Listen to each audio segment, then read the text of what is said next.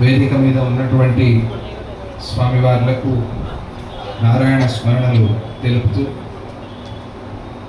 ఈ కార్యక్రమం ఇంత చక్కగా వైదికంగా సాంగంగా జరుగుతోంది అంటే దానికి మూల స్తంభంగా నిలబడి ఈ కార్యక్రమాలు చేయిస్తూ ఉన్నటువంటి మన మద్దూరి యజ్ఞనారాయణ యాజులు గారికి పూజ్య స్వామిజీ వారి ఆశీస్సుల్ని తెలుపుతూ ఎంతో భక్తిగా శ్రద్ధగా దత్తాత్రేయ స్వామి మా బిడ్డ అనేటువంటి భావనతో దత్తుడికి మళ్ళీ దేవాలయాన్ని నూతనంగా పునర్నిర్మాణం చేసుకుని ఈ ఒక్క కార్యక్రమానికి ప్రధాన కర్తగా నిలబడి ఉన్నటువంటి భరత్ కుమార్ గారు స్మితా గారి దంపతులకు అలాగే వారి పిల్లలకు కూడా పూజ్య గురుదేవుల యొక్క ఆశీస్సులు తెలుపుతూ చాలా మంచి కార్యక్రమాన్ని వారు చేస్తూ ఉన్నారు.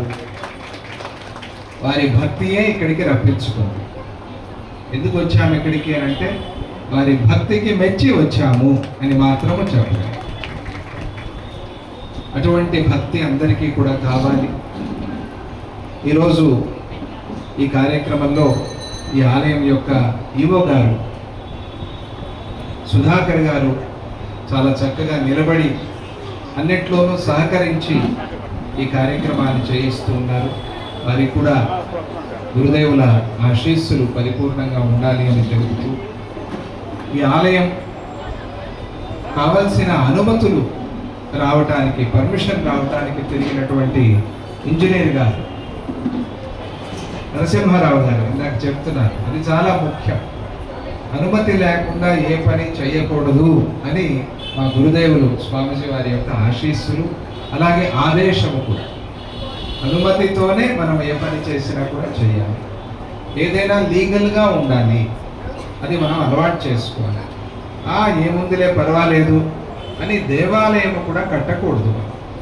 దేవాలయమే అయినప్పటికీ కూడా అది పురాతనమైన ఆలయం అయితే, స్వయంభూ ఆలయం, ఎన్నో వందల సంవత్సరాల క్రితం జరిగిన ప్రతిష్ఠ అంటే ఇంకా దానికి అనుమతులు భగవంతుడే అనుమతి, సృష్టికర్తయే అనుమతి, దానికి అనుమతులు ఉండవు. కానీ కొత్తగా మనం ఏదైనా నిర్మాణం చేయాలి అంటే మాత్రం దానికి సరి అయిన అనుమతులు తెచ్చుకుని పర్మిషన్ ద్వారా చేయాలి అనేది స్వామీజీ వారు ఎప్పుడు చెప్తూ ఉంటారు.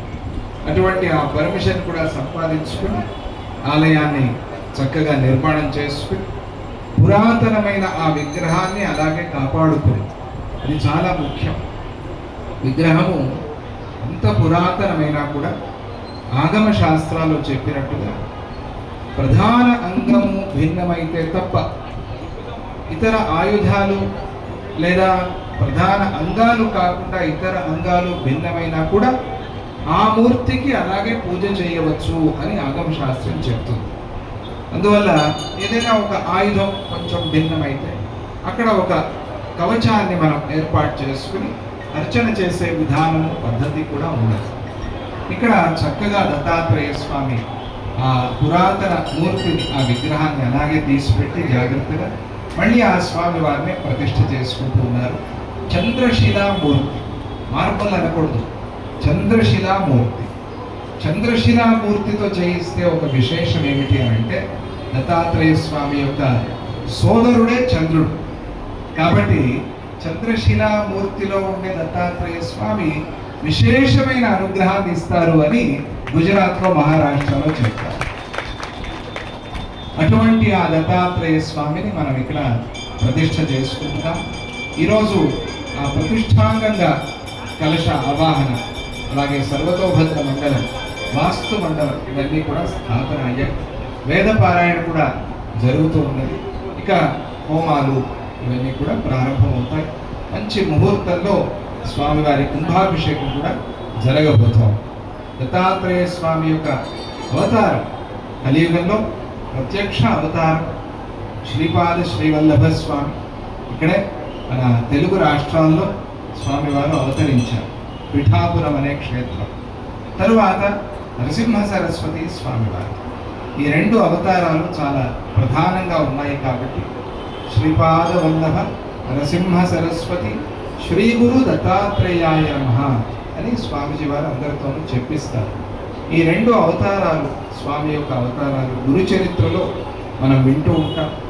ఆ గురు చరిత్రలో ముందు అసలు ఆ నామధారకుడికి పరీక్షలతోనే ప్రారంభమవుతుంది. అదంతా పరీక్షలతో ప్రారంభం. పరీక్షలు లేకుండా గురువు గారు పాస్ చేయకూడదు.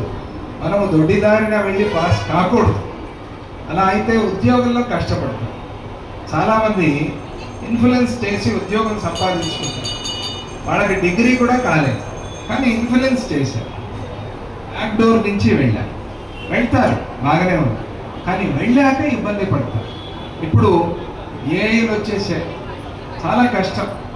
అక్కడికి అలా వెళ్ళిన వాళ్ళు అయ్యో చదువుకోలేదే అని అక్కడికి వెళ్ళి కష్టపడతారు. అందువల్ల పరీక్షలు గురువులు పెట్టేది ఎందుకు అని అంటే మనల్ని కష్టపెట్టడానికి కాదు, మనల్ని పాస్ చేయడానికి అనేది మనం గుర్తుపెట్టుకోవాలి. గురువులు పరీక్ష ఎందుకు పెడతారు అంటే మనల్ని ఉత్తీర్ణుల్ని చేయడానికి పెడతారు. పరీక్ష అంటే పరీక్షిత్తు గుర్తొస్తాడు. ఆ స్వామి గర్భంలోకి వెళ్ళి ఆ పరీక్షిత్తుని కాపాడాడు. భాగవతంలో మనం వింటాం. అప్పటి నుంచి ఆ విష్ణురాతుడు అంతా వెతుకుతూ ఉన్నాడట. ఎక్కడున్నాడు నా ప్రభు, వీళ్ళల్లో ఉన్నాడా, ఇక్కడున్నాడా అని చెప్పి అంతటా వెతుకుతూ ఉన్నాడట. కాబట్టి ఆ పిల్లవాడికి పరీక్షిత్ అనే పేరు వచ్చింది. అలాగే పరీక్ష ఎందుకు పెడతాడు అంటే పరితః ఈక్ష, చుట్టూ భగవంతుడిని చూసుకునే శక్తి మనలో రావాలి. మనం చిన్న చిన్న వాటికి కదిలిపోతూ ఉంటాం, భగవంతుడే తిడుతూ ఉంటాం, గురువునే తిడుతూ ఉంటాం. చాలామంది చూస్తూ ఉంటాం, నాకేం చేశాడు, జన్మనిచ్చాడు భగవంతుడు, ఇంకేం కావాలి? జన్మ ఉంటేనే కదా ఏదైనా సాధించేది. నువ్వు జన్మ లేకుండా ఏమైనా సాధిస్తావా? జన్మనిచ్చాడు కదా. కాబట్టి ఆ జన్మనిచ్చాడు అనేటువంటి కృతజ్ఞత మనలో కావాలి. ఆ కృతజ్ఞతతో మనం భగవంతుని సర్వత్రా దర్శనం చేసి, అదే పరీక్ష. అలా చెయ్యగలిగిన శక్తి మనకి రావాలి. ఆ శక్తిని మనకి ఇచ్చేందుకోసమే, మనల్ని ఉత్తీర్ణులు చేసేందుకోసమే గురువు పరీక్ష పెడతారు. 3 సార్లు 4 సార్లు భగవద్గీత పరీక్ష ఇచ్చిన వాళ్ళు ఉన్నారు, మీలో కూడా ఉన్నారు. ఇది 16 ఏళ్ళు 20 ఏళ్ళ వాళ్ళు కాదు, 85 సంవత్సరాల వయో వృద్ధురాలు ఒక ఆమె 3 సార్లు పరీక్ష ఇచ్చింది, అయినా గోల్డ్ మెడల్ రాలా. 4వసారి పరీక్ష ఇచ్చింది, అప్పుడు గోల్డ్ మెడల్ వచ్చింది. అప్పుడు స్వామీజీ వారు 3 సార్లు చూడని వారు అప్పుడు చూసి విశేషంగా గోల్డ్ మెడల్ అనుగ్రహించి ఫోటో కూడా దిగి ఈ రోజు కోసమే నేను ఎదురు చూస్తున్నాను అని చెప్పారు.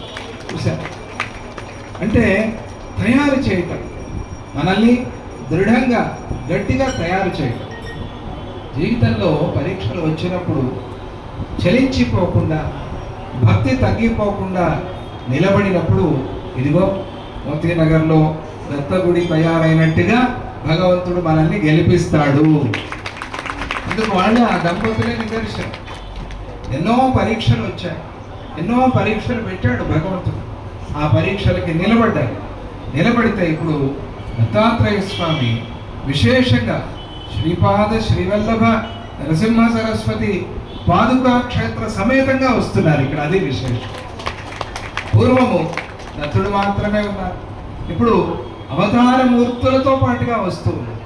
కలియుగ ప్రత్యక్ష దైవం దత్తాత్రేయ స్వామి, స్మృతిగామి. అన్ని అవతారాలు చూడండి మీరు, సమాప్తి అయిన ఘట్టాలు మనకి కనిపిస్తాయి. రామాయణంలో కానీ, భాగవతంలో కానీ, భారతంలో కానీ, ఇతర పురాణాల్లో కానీ ఒకే ఒక అవతారం, దానికి సమాప్తి లేదు.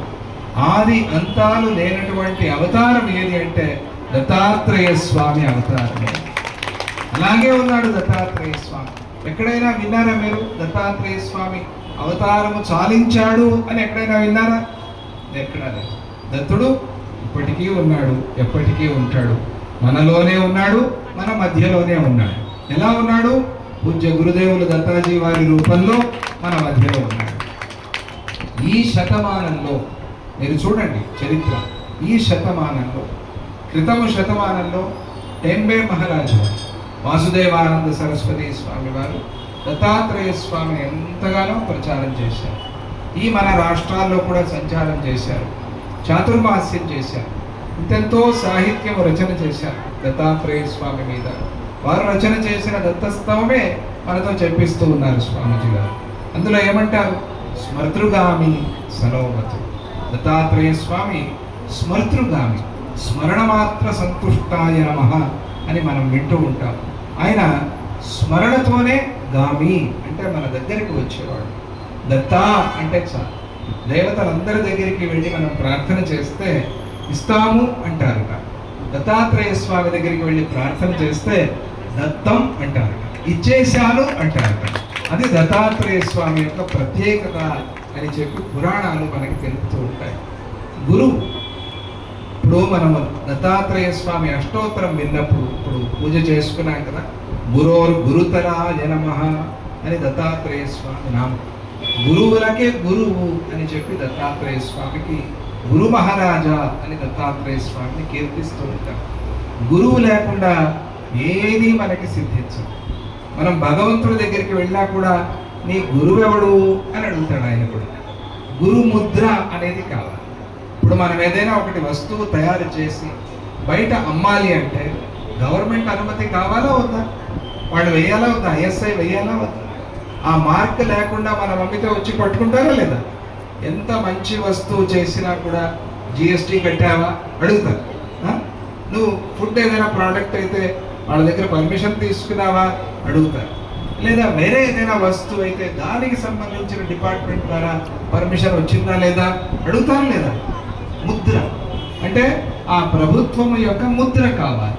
అలాగే మనము చేసే సాధన, ఆధ్యాత్మికంలో మనం చేసే సాధనకి గురుముద్ర అనేది కావాలి. ఆ గురుముద్ర లేకుండా మనం ఏమి చేసినా కూడా లాభం లేదు, ఫలించదు. మళ్ళీ ఆ గురువు దొరికి ఒక క్షణంలోనే ఆ సిద్ధి ఇస్తారు, అది వేరే విషయం. కానీ గురువు కావాలి. గురువు నీకేమి ఉపదేశం చేయకపోయినా ఆయన నువ్వు ఇది చేసుకో అని అంటే చాలు. అది కూడా అవసరం లేదు, చాలు. గురువు గారు నేను ఈ సాధన చెయ్యాలనుకుంటున్నాను అని ఒకసారి గురువు గారికి వినిపిస్తే గురువు గారు దాన్ని విని ఆయన మౌనవ్రతంలో ఉన్నారు కాబట్టి మాట్లాడు ఊరికే ఇలా అన్నారు, అదే చాలట. ఇది శాస్త్రం చెప్పి ఊరికే గురువు గారు ఇలా అంటే చాలు. నోటితో చెప్పాల్సిన పని కూడా లేదు. అదే గురుముద్ర అంటే గురువు అంగీకరించారా లేదా మనం చేసే పనికి అనేది చాలా ముఖ్యం. అందువల్ల దత్తాత్రేయ స్వామి గురుస్థానం చాలా చక్కగా రాజరాజేశ్వర స్వామి సన్నిధి, అమ్మవారి సన్నిధి, ఆంజనేయ స్వామి క్షేత్రం. ముందు ఆంజనేయ స్వామి వచ్చారు ఇక్కడ అని ఇందాక చెప్తూ ఉన్నారు. మనమందరము త్వమస్మిన్ కార్య నిర్యోగే ప్రమాణం హరిసత్తమ హనుమన్యత్నమాస్థాయ దుఃఖక్షయకరో భవ. త్వమస్మిన్ కార్య నిర్యోగే ప్రమాణం హరిసత్తమ రాఘవస్త్వత్సమారంభాత్ మయి యత్నపరో భవేత్ అని రామాయణంలో శ్లోకం చెప్పుకుంటూ ఉంటాం. ఆయన కార్యసిద్ధి చేసేటువంటి ఆంజనేయ స్వామి, కార్యసిద్ధి అని ఆంజనేయ స్వామి. స్మరణతోనే వచ్చేవాళ్ళు ఇద్దరు దేవతలు అని, ఒకరు ఆంజనేయ స్వామి, ఇంకొకరు దత్తాత్రేయ స్వామి. స్మరణతోనే ఆంజనేయ స్వామి రావాలి అంటే రామస్మరణ చేయాలి. రామ రామ రామ రామ రామ రామ అంటే వచ్చేస్తారు, గాలి వచ్చేస్తారు. మీరు చూడండి ఎంత వేసవిలో ఏమీ గాలి లేదు, అసలు ఒక చెట్టు ఒక చిన్న ఆకు కూడా కదలటం లేదు అనే సందర్భంలో ఊరికే అలా నిల్చుని ఒక 21 సార్లు రామ రామ రామ రామ రామ రామ రామ రామ రామ రామ రామ రామ అని చెప్పండి, వచ్చేస్తాడు. ఎలా వస్తాడు? వాయుదేవుడి రూపంలో వచ్చేస్తాడు ఆంజనేయ స్వామి అని స్మరణ. మీరు పరీక్ష చేయాలి, మీకు నమ్మకం కలుగుతుంది, ఇంకా దృఢమవుతుంది.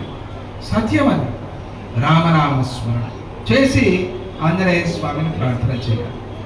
ఆంజనేయ స్వామి ముందు వెళ్ళి నేరుగా ఆంజనేయ కాపాడు అనటం కాకుండా రామభక్త ఆంజనేయ కాపాడవయ్యా, రామదూత ఆంజనేయ కాపాడవయ్యా, శ్రీరామదూతం శిరసా నమామి అంత శ్లోకము చెప్పి శ్రీరామదూతం శిరసా నమామి, శ్రీరామ భక్తం శిరసా నమామి, శ్రీరామదాసం శిరసా నమామి. ఇది ఆంజనేయ స్వామి అంటే రామ పదంతో కలిపి ఆయన్ని ప్రార్థన చేయాలి అని శాస్త్రాలు చెప్తారు. అటువంటి ఆంజనేయ స్వామి స్మరణ మాత్ర సంతుష్టి, స్మరణతో వస్తాడు. ఆయన చూపిస్తాడు ప్రత్యక్షంగా నేనున్నాను అని చెప్పి. లేదా ఏదో ఒక వానర రూపంలో వస్తాడు, ఆ నైవేద్యం పట్టుకెళ్ళిపోతాడు. ఒకటి వానరం ఎక్కడి నుంచో వచ్చింది తెలియదు. అయోధ్యలో ఆశ్రమం తయారైంది. మే స్వామిజీ వారి పుట్టు పండుగ సందర్భంలో క్రితం సంవత్సరం కాక ఆ క్రితం సంవత్సరం అక్కడ భూమి పూజ జరిగింది. ఆ భూమి పూజ ప్రొద్దున పూట, ప్రొద్దున అంటే సుమారుగా 7-7:30 ప్రాంతం. అక్కడ కోతులన్నీ బయటకు వచ్చేది 8-8:30కి.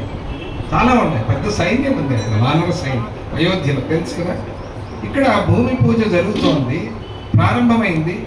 ఎక్కడి నుంచి వచ్చాడో తెలియదు, ఒక వానరం వచ్చి అక్కడ నైవేద్య అరటిపళ్ళన్నీ పట్టుకెళ్ళిపోయాడు.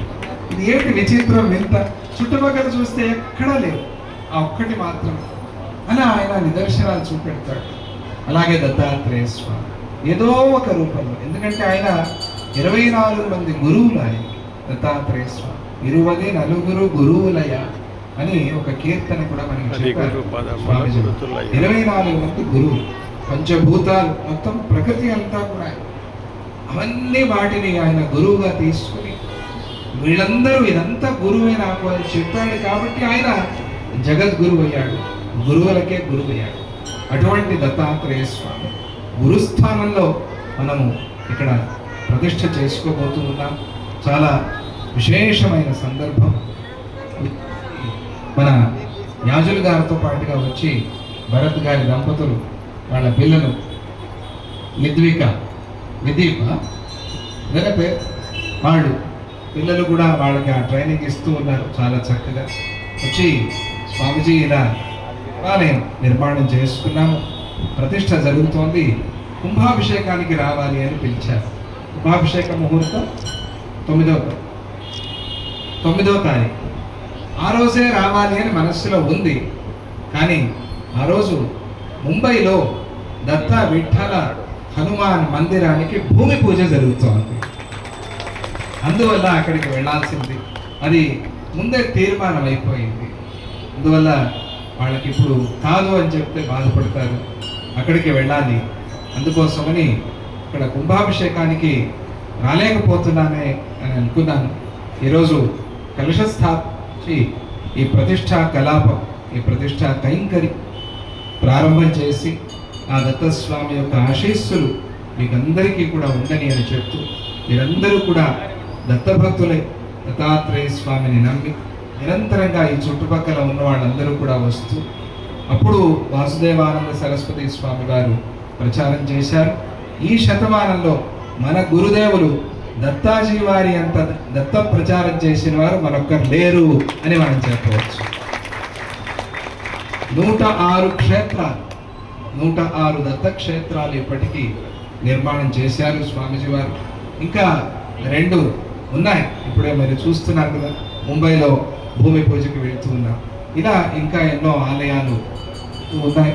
ఇక్కడే మన దొండిగల్ ఉన్నది, బిహెచ్ఎల్లో పంచముఖ ఆంజనేయ స్వామి క్షేత్రం ఉన్నది, దిల్సుఖ్ నగర్లో గణేశ ఆంజనేయ క్షేత్రం ఉన్నది, జనవాడలో విష్ణుదత్త క్షేత్రం ఉన్నది, బీడిఎల్లో దత్త పాదుక క్షేత్రం ఉన్నది.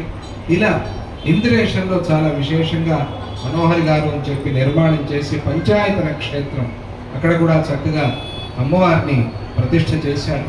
ఇలా దత్తగిరి, అక్కడికి వెళ్ళాలి ఒకసారి మీరు, చాలా సంతోషంగా ఆనందం అవుతుంది మీకు. దత్తగిరి అని చెప్పి ఒక చిన్న గుట్ట మీద, కొండ మీద ఉంటుంది. జగదీష్ అని చెప్పి వాళ్ళు నిలబడి ఆ క్షేత్రాన్ని నిర్మాణం చేసుకున్నారు స్వామిజీ వారి ఆశీస్సులతో. దత్తగిరి, ఆ దత్తగిరి క్షేత్రంలో కూడా చాలా విశేషమైన దత్తాత్రేయ స్వామిని స్థాపన చేశారు. ఇలా చుట్టుపక్కల అన్నీ కూడా దత్తక్షేత్రాల మధ్యలో మన ఈ ప్రాంతంలో, ఈ క్షేత్రంలో కూడా దత్తాత్రేయ స్వామి వస్తూ ఉండటం చాలా సంతోషం.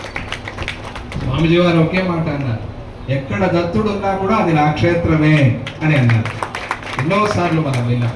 కాబట్టి దత్తక్షేత్రం, ఈ దత్తక్షేత్రాన్ని మీరంతా కూడా సద్వినియోగం చేసుకోవాలి. ఇక్కడ అధికారులకి, అర్చక స్వాములకి, కార్యవర్గానికి అందరికీ కూడా దత్తాత్రేయ స్వామి బాగా సేవ చేసుకునే మంచి శక్తిని, అలాగే ఇటువంటి మంచి సంకల్పాన్ని చేసుకుని మా బిడ్డ అనే భావనతో, 2 పిల్లలు కాదు మాకు 3 పిల్లలు అనే భావనతో ఉన్నారు వాళ్ళు. దత్తాత్రేయ స్వామి మా పెద్ద బిడ్డ అనేటువంటి భావనతో ఉన్నారు. అలాగే ఉండాలి అని చెప్తారు గురుదేవులు ఎప్పుడూ కూడా.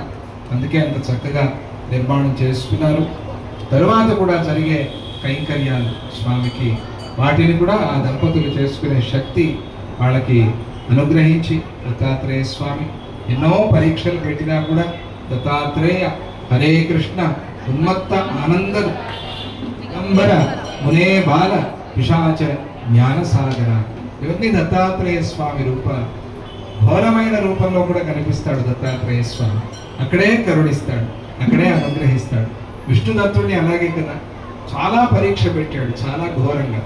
ఆ పరీక్షలో నిలవలేక పారిపోతూ ఉంటే ఆశీర్వదించాడు, మళ్ళీ రారా నా దగ్గరికి. ఆయన విడిచిపెట్టలేడు, మనం కాదు, ఆయనే విడవలేడు. మన మీద అంత ఆప్యాయత, అంత ప్రేమ దత్తాత్రేయ స్వామికి. అటువంటి ఆ దత్తస్వామి మనకు వస్తున్నారు. రేపు ఎల్లుండి జరిగే కార్యక్రమాల్లో కూడా ఇలాగే మీరంతా కూడా పాలు పంచుకోండి. వచ్చి ఆ కుంభాభిషేకాన్ని దర్శనం చేసుకోండి, దత్తుడికి సేవ చేసుకోండి, దత్తస్తవం పారాయణ చేయండి, భగవద్గీత నేర్చుకోండి. ఇప్పుడే విన్నారు కదా, కళ్యాణ్ చెప్పాడు, భగవద్గీత నేర్చుకోండి. చాలా ముఖ్యమైనది.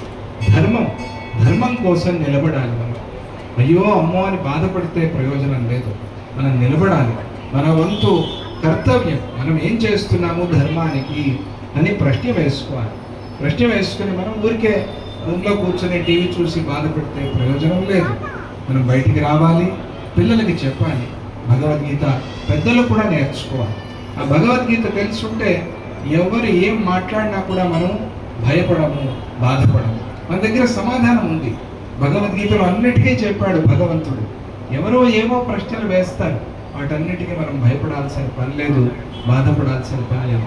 ఏమిటి ఇంతమంది దేవుళ్ళు మీకు అని అంటే భగవద్గీతలో చెప్పాడు భగవంతుడు. ఎందుకు ఇలా అనేది భగవంతుడు స్పష్టంగా చెప్పాడు. కాబట్టి ఆ సమాధానాలన్నీ తెలియటం కోసం భగవద్గీత నేర్చుకోండి. నేర్చుకుంటారా చెప్పండి. తలకాయలు ఊపిన వాళ్ళందరూ నేర్చుకోవాలి. మీ మీద ఎప్పుడు బాధ్యత ఉంది. నేర్చుకుని పరీక్ష ఇవ్వాలి. పిల్లలకు కూడా చెప్పాలి. మరి రామాయణం, భారతం, భాగవతం ఇవన్నీ తెలియాలి పిల్లలకి. పూర్వకాలంలో నాన్నమ్మలు అమ్మమ్మలు చెప్పేవాడు. ఇప్పుడు సమయం లేదు వాళ్ళకు కూడా. రాత్రి ఎప్పుడో 10 గంటలకు వస్తారు పిల్లలు. వాళ్ళని కూర్చోబెట్టి నిదానంగా చెప్పాలి. అప్పుడు నెక్స్ట్ జనరేషన్, రాబోయే తరాలు తయారైనప్పుడు మనం ధైర్యంగా ఉంటాం. లేకపోతే అయ్యో తర్వాత ఏమవుతుందో అనే ప్రశ్న మనలో ఉండిపోతుంది, ఆ బాధ మనలో ఉండిపోతుంది. కాబట్టి పిల్లల్ని తయారు చేయండి, పిల్లల్ని తీసుకువెళ్ళండి గుడికి. మీ వీధిలో ఉండేటువంటి గుడి ప్రతిరోజు ఆ సందర్శనం చేయండి. ఆ దేవాలయానికి కనీసం వారానికి ఒక్కసారైనా మీరు వెళ్ళండి, పిల్లల్ని తీసుకువెళ్ళండి. అప్పుడు ఆ పిల్లలకి అలవాటు అవుతుంది, వాళ్ళే వెళ్తారు. ఎందుకు వెళ్ళాలి? ఏదో కోరుకోవడానికి, కోరికలు తీరుస్తాడని చెప్పద్దు. వెళ్ళి తీరాలి మనము, మన ధర్మము అని చెప్పండి. మనం ఊపిరి ఆడటం ఎలాగో గుడికి వెళ్ళటం కూడా అంత ముఖ్యము అని పిల్లలకి చెప్పండి. అప్పుడు ధర్మం అనేది నిలుస్తుంది. ధర్మం నిలిచినప్పుడు మనమంతా బాగుంటాం. ధర్మం కోసమే కదా ఈ గుళ్ళన్నీ కూడా. ధర్మశ్రద్ధ లేకపోతే ఈ గుళ్ళన్నీ ఎట్లా రక్షణ? వీటిని కాపాడదు. వాళ్ళకి ఆ ధర్మశ్రద్ధ భక్తి ఉన్నది కాబట్టి వాళ్ళకి అనిపించింది గుడి కట్టుకోవాలి. ఎవరు చేశారు? ధర్మమే చేసింది. కాబట్టి సనాతన ధర్మాన్ని ఏదో చేసేస్తాము అనేవాళ్ళే వెళ్ళిపోతూ ఉంటారు తప్ప సనాతన ధర్మం మాత్రం శాశ్వతం. దాన్ని ఎవరు ఏమి చేయరు. పేరే సనాతన, పేరే సనాతన. కాకపోతే అలా అనుకుని ఊరుకోకుండా మనం మన ప్రయత్నం చేయాలి. అందుకోసమే అంత దూరం నుంచి ఇక్కడికి వచ్చాను. ఒక గంట కార్యక్రమానికి హైదరాబాద్ వెళ్తున్నారా అని చాలామంది అడిగారు మైసూరులో. అడిగితే వెళ్ళాలి, ఒక భక్తిగా శ్రద్ధగా చేస్తున్నారు, అది మన ధర్మం అని చెప్పి మీ అందరినీ చూడటానికి ఇక్కడికి వచ్చాము. పూజ్య గురుదేవులు మీకు అందరికీ ఆశీస్సులు తెలిపారు. కుంభాభిషేకం అంతా బాగా జరుగుతుంది అని ఆశీస్సుల్ని తెలిపారు. చాలా సంతోషం. జై గురుదత్త, శ్రీ గురుదత్త.